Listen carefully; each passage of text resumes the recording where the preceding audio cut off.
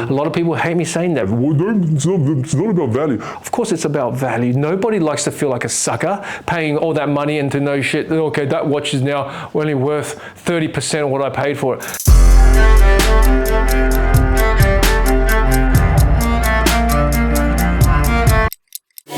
It's time to go. Been too long, too slow. Gotta get with the rhythm I need. The subject of microbrands is quite dear to my heart because I've been doing this watch business or game for a while now. I have bought microbrands. I've bought many microbrands, and I've spent quite a bit of hefty money on microbrands over the years. Right. But not a single microbrand expenditure that I've spent money on, I've truly would hand on heart and said, yeah, those watches are great. I loved it. Oh, they mean so much to me. They don't. Wow, not even one. Okay.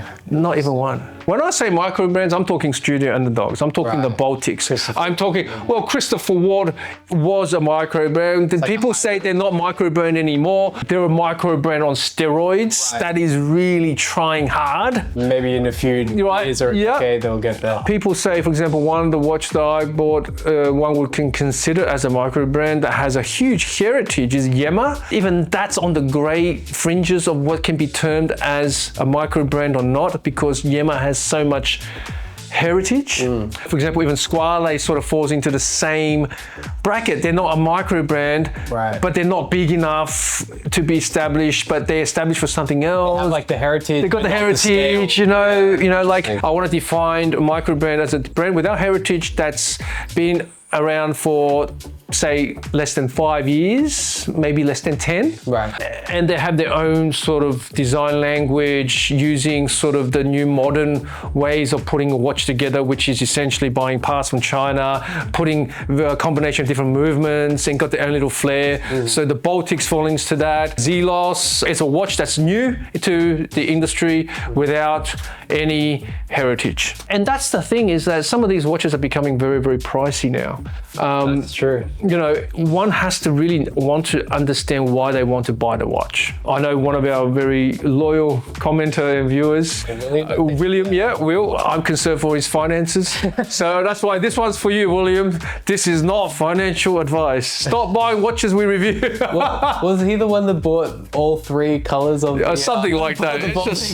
It's like, you know, you buy it for what it is. Buy it, don't feel that it's going to be anything more than what you want to use it for, which is to tell the time, have a bit of fun, and your expectations are low. Right, like an intermediary before you buy a big watch. Well, don't have high expectations where you buy a microbrand. Yeah. I don't want any of our viewers or any one of my friends or you or anyone that I know who loves watches to waste their hard-earned money on things that simply isn't going to give them the joy over an extended period of time. That longevity, yeah. Right, you want to have fun with it. You want to understand the value proposition. A lot of people hate me saying that. Well, it's not about value. Of course it's about value. Nobody likes to feel like a sucker paying all that money into no shit. Okay, that watch is now only worth 30% of what I paid for it. I don't care. It's not an investment. I get it. I know, but nobody wants to get stunned that badly. No one. So be careful with microbrands. And I think, you know, like, what's the future for them? You know? Will they go out of business in 5 years or something? That's the point. It's like people becoming very, very sleek with their research, with their know-hows, and it's very easy to discover how to go about building a watch. Stiff competition is coming hard and fast because microbrands are coming left, right, and center, right? And before long already, I think people are already getting a bit tired of microbrands. Fatigued, yeah. It's fatigued. Yeah. There's so much out there. It reduces the novelty factor. Yeah. And if I was a microbrand producer now, I'll be concerned because the biggest threat now is like I'm eventually seeing the longevity of my brand cutting short each time there's a new entrant to the market. Yeah. Once it's flooded, nothing is worth anything.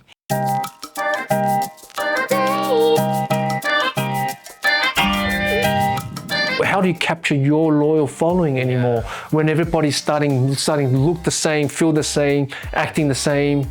You don't have those heritages. You're not unique, you don't have heritage, you don't have brand name, you have nothing, like, yeah, literally nothing. Christopher Ward is trying hard. They got the ding ding ding watch. Yep, which I almost got. They got the new one here, which is the Desk Diver, which is a play on a diver style watch, which again, this dial looks very similar to a Blancpain 50 fathoms. Right? So this is almost homage-esque. But they've got this designer from Sunk, I believe. He knows that it's called a desk diver. People buying these watches are never going to enter the water. So he's put all these office decals on it, and it's made it a bit more fun. Yeah. So now that opens up to a different section of the market.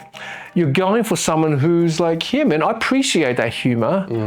How much is it? A couple of $1,000. Okay.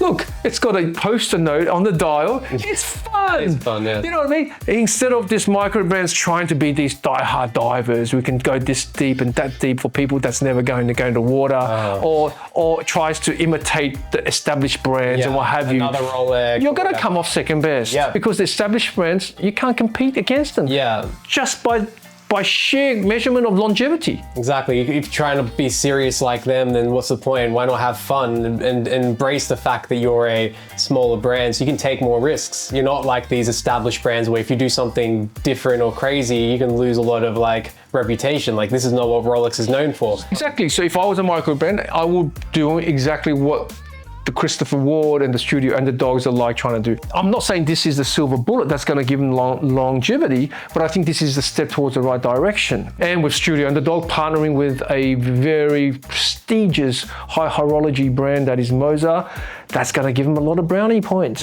All of the other micro brands will be watching on. They'll be going, is this our pathway to survival? And let's get a deal here or there.